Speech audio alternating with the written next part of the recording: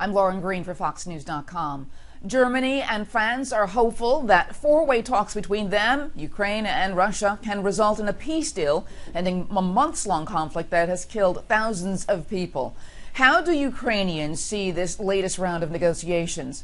Joining us with some perspective from Kiev is Hanna Hopko, as a member of Ukraine's parliament. Welcome, Hanna.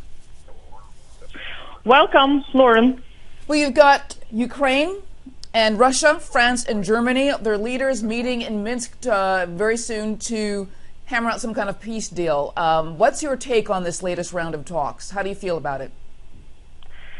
It's important tomorrow that in peaceful way we will find a solution to stop the escalation of the conflict in the eastern part of Ukraine, because, as you know, today 8 civilians were killed and also more than 26 people are wounded. Among them are children.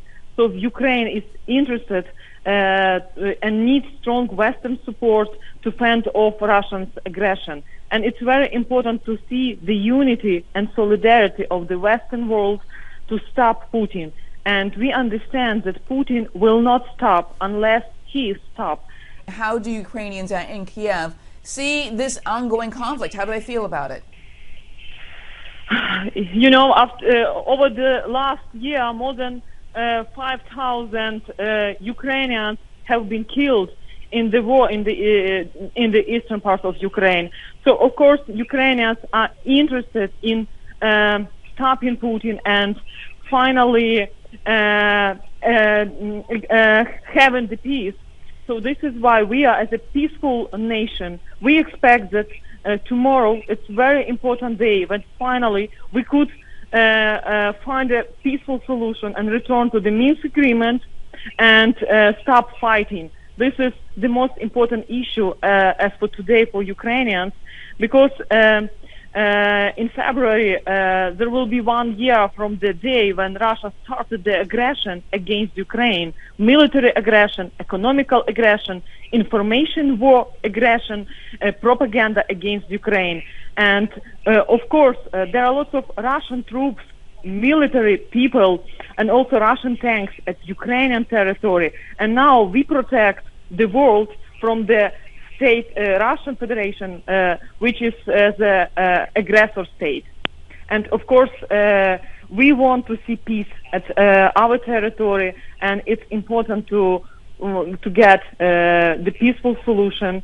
And there is no contradiction between dialogue and defense. And diplomacy also requires getting defensive weapon for us, because we saw how Putin broke the Minsk obligation after September 6th. And we've seen terroristic attacks in Volnovakha city, in Mariupol city, and also Donetsk city, and today in Kramatorsk. You know, Hanna, I want to ask you about the weapons issues. There have been talks about the U.S. sending weapons to your country. Do you support this at all? I think that we have to talk to Putin with the position of strength. And having defense weapons will help Ukrainians to save lives. And we see how Russian troops using modern heavy artillery against civilians in Ukraine. This is why it's important for us to have the capacity of defending our territory and, of course, our people. And we are very thankful to the people of United States. Hanna, let me ask you this question about Vladimir Putin. Can you work with Vladimir Putin? Do you trust him? Unfortunately not, because Putin is very unpredictable person who already made a lot of inadequate decision, and starting from the annexation of the Crimea almost a year ago, and also broken in the Budapest Memorandum when Russia Federation was signed this Budapest Memorandum, and also we saw after Minsk agreement. And when representatives of Russia Federation took some obligations, and after we've seen a lot of Russian troops coming from Russia to Ukrainian territory in the eastern part of Ukraine. And a lot of people that were killed just show us that Putin understands only the power of strength.